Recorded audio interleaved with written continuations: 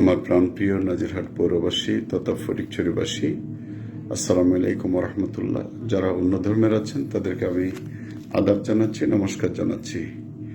প্রিয় নাজিরহাট পৌরবাসী এবং আমার প্রিয় ফটিকছড়িবাসী, আপনারা জানেন আজকে এই গভীর রাতে আমি আপনাদের সামনে কেন হাজির হয়েছি। আজকে আমি সোশ্যাল মিডিয়া মাধ্যমে যা দেখলাম ফটিকছড়ির অবস্থা এবং আমার নাজিরহাট পৌরসভার অবস্থা অত্যন্ত ভয়াবহ।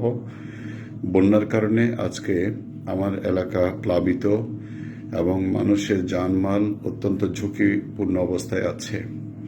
দুর্ভাগ্যবশত আমি আমার ইচ্ছা থাকা সত্ত্বেও আমার প্রাণ কাছে আমার এলাকায় আমি ছুটে যাই। যদিও আমি এখন মেয়রের দায়িত্বে নাই, আপনারা জানেন সরকারের নির্দেশে আমরা গতকাল মেয়র পদ থেকে আমাদেরকে অপসারিত করা হয়েছে, কিন্তু তারপর আমার মন পড়ে আছে আপনাদের কাছে, আমার হৃদয় পড়ে আছে আপনাদের কাছে, যেহেতু আমি আপনাদের মূল্যবান ভোট দিয়ে আমাকে মেয়র নির্বাচিত করেছিলেন গত বছরের 16 মার্চে এবং আমি 4 মে গত বছরে আমি দায়িত্ব গ্রহণ করেছিলাম। 1 বছর 3 মাস আমি দায়িত্ব পালন করেছি। আমি জানি না কতটুকু আপনাদের জন্য করতে পেরেছি এবং চেষ্টা করেছি। আমি অসুস্থ অবস্থায় আমি আপনাদের মধ্যে ছুটে গিয়েছি, আমি ঢাকা দৌড়াদৌড়ি করেছি এই নাজিরহাট পৌরসভার জন্য, যাতে আমার যে এলাকার আমার প্রাণপ্রিয় জনগণের আশা আকাঙ্ক্ষা পূরণ করার জন্য আপ্রাণ চেষ্টা করে গেছি। কিন্তু রাজনৈতিক পট পরিবর্তনের কারণে আজকে যে পরিস্থিতি বিরাজ করছে, সে কারণে আমার ইচ্ছে করছে আমার এই মুহূর্তে আমি আপনাদের মাঝে ছুটে যাই, কিন্তু রাজনৈতিক পরিস্থিতির কারণে আমি যেতে পারছি না বলে আমি আন্তরিকভাবে দুঃখ প্রকাশ করছি।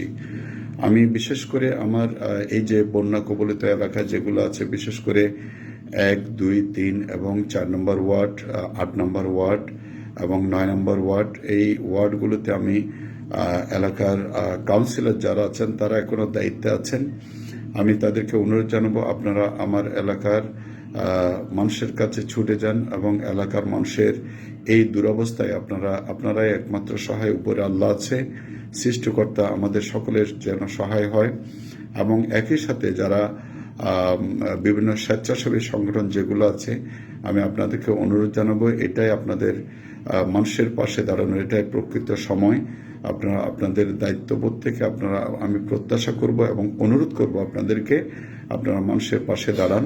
আমি জানি না আজকে সারা রাত যদি বৃষ্টি হয়, কালকের পরিস্থিতি আরো ভয়াবহ হতে পারে।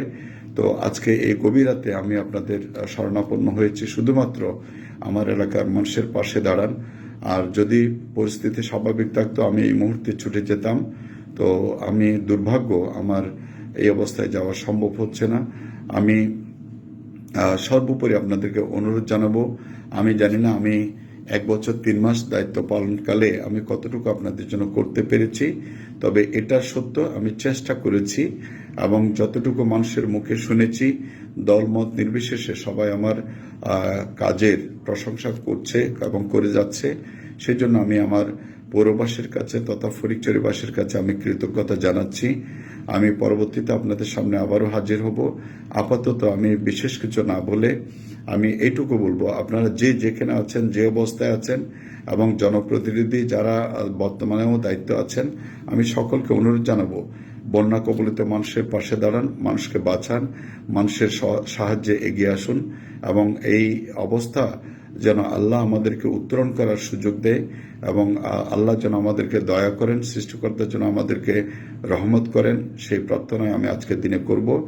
তো আমি বিশেষ কিছু না বলে আপনাদের সকলকে ধন্যবাদ জানিয়ে এবং আমার জন্য আপনারা যে যতটুকু করেছেন সেই জন্য আপনাদের প্রতি কৃতজ্ঞতা জানিয়ে আমার কথাগুলি শেষ করছি। আসসালামু আলাইকুম। আপনাদের সকলকে আবারও ধন্যবাদ।